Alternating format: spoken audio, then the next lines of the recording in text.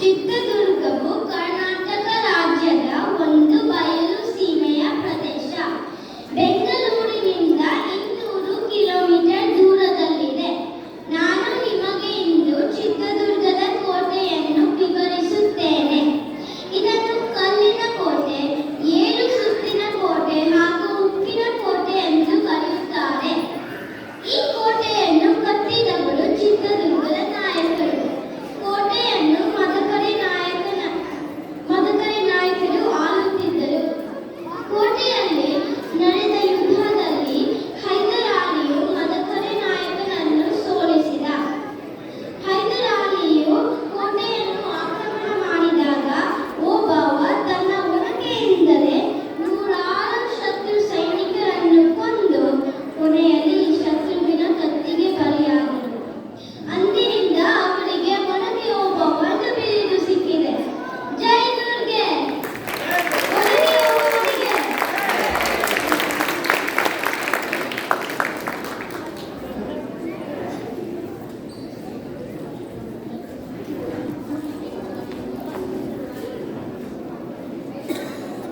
ಆ ಸ್ಥಳದಲ್ಲಿ ಅದ್ಭುತ ವ್ಯಾಪಾರ ಅವಕಾಶಗಳು, ಮಕ್ಕಳಿಗೆ ಉತ್ತಮ ಹವಾಮಾನ ಮತ್ತು ಅದ್ಭುತ ಪ್ರವಾಸಿ ತಾಣಗಳಿವೆ. ಬೆಂಗಳೂರು. ಇಲ್ಲಿ ಹಲವು ಉತ್ತಮ ಸ್ಥಾನಗಳಿವೆ. ಬೆಂಗಳೂರು ಅರಮನೆಯು 19ನೇ ಶತಮಾನದಾಗಿದ್ದು ಇದು ಜಾನ್ ಗ್ಯಾರೆಟ್ ಒಡೆತನದಲ್ಲಿ ಇತ್ತು. ವಿಧಾನಸೌಧವು ಕರ್ನಾಟಕ ರಾಜ್ಯದ ಶಾಸಕಾಂಗದ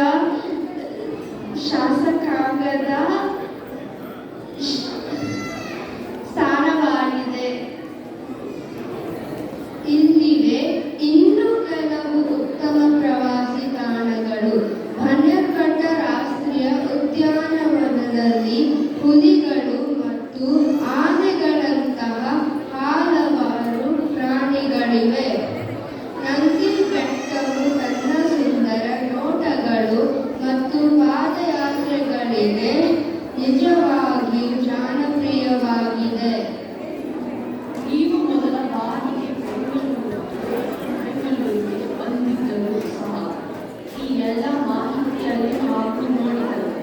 ಅಲ್ಲಿ ಕೆಲವು ಅದ್ಭುತ ಪ್ರವಾಸಿ ತಾಣಗಳು ಮತ್ತು ಭೇಟಿ ನೀಡಬಹುದಾದ ಸ್ಥಳಗಳಿವೆ.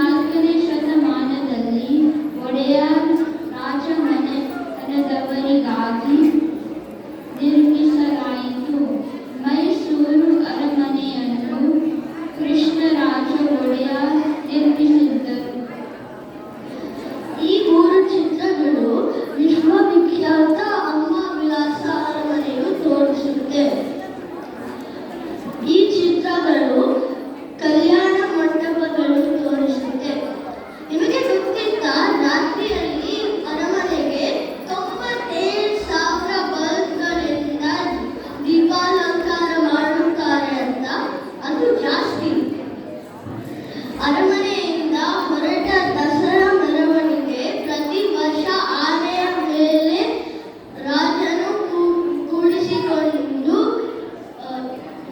ಹೋಗುತ್ತೆ.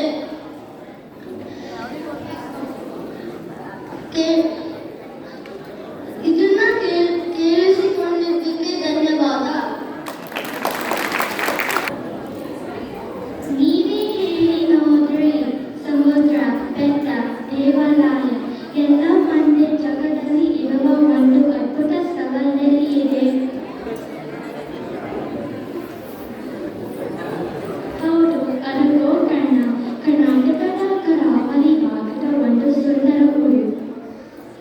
ಗೋಕರ್ಣದಲ್ಲಿ ಬಹಳ ಪ್ರಸಿದ್ಧ ದೇವಾಲಯಗಳು ಮತ್ತು ಶಾಂತವಾದ ಕಡಲ ತೀರಗಳು ಇವೆ. ಇಲ್ಲಿ ಮಹಾಬಲೇಶ್ವರ ದೇವಾಲಯ ಬಹಳ ಪ್ರಸಿದ್ಧ. ಗೋಕರ್ಣದಲ್ಲಿ ಓಂ ಕಡಲ ತೀರಗಳು ಇದೆ. ಅದು ಓಂ ಅಕ್ಷರದ ಆಕಾರದಲ್ಲಿ ಇರುತ್ತೆ. ಗೋಕರ್ಣದಲ್ಲಿ ರಾತ್ರಿ ಮರಳು ಬೆಳಗುವಂತ ಕಾಣುತ್ತದೆ. ನಿಜಕ್ಕೂ ಒಂದು ಅದ್ಭುತ ದೃಶ್ಯ. ಗೋಕರ್ಣ ಅಂದರೆ ದೇವರ ಅನುಗ್ರಹ, ಪ್ರಕೃತಿಯ ವೈಭವ ಮತ್ತು ಮನಸ್ಸಿಗೆ ಶಾಂತಿ. ಧನ್ಯವಾದ. ನಮಸ್ಕಾರ, ನನ್ನ ಹೆಸರು ರೋಚನ್.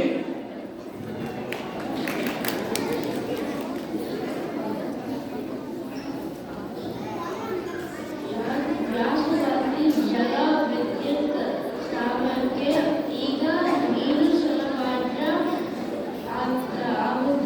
ಆಗ್ತದೆ. ಶವದ ನದಿಗೆ ಅವಾಗ ಕಟ್ಟಿರುವಾಗ ಲಿಂಗನ ಮಕ್ಕಿ ಅಣೆಕಟ್ಟಿನ ಇದು ನಮ್ಮ ದೇಶದ ಅತಿ ದೊಡ್ಡ ಜಲ ವಿದ್ಯುತ್ ಸ್ಥಾವರದಲ್ಲಿ ಒಂದಾಗಿದೆ. ಈ ಜಾಗನ ಗುರುತಿಸಿ. ನೀವೆಲ್ಲ ಮುಂಗಾರು ಮನೆ ನೋಡಿದ್ರ? ಮುಂಗಾರು ಮನೆ ಕ್ಲೈಮ್ಯಾಕ್ಸ್ ಈ ಜಾಗದಲ್ಲಿ ಶೂಟ್ ಮಾಡಿದ್ದಾರೆ. ಭಾರತದಲ್ಲಿ ಈ ಜಲಪಾತನ ಎರಡನೇ ಎತ್ತರದ್ದು ಜೋಗ ಜಲಪಾತ.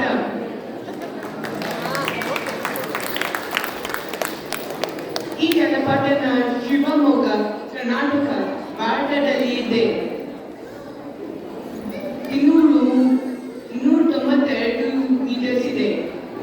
ಈ ಜಲಪಾತನ ಪ್ರಪಂಚದ ಪ್ರಸಿದ್ಧ ಜಲಪಾತ ಒಂದು.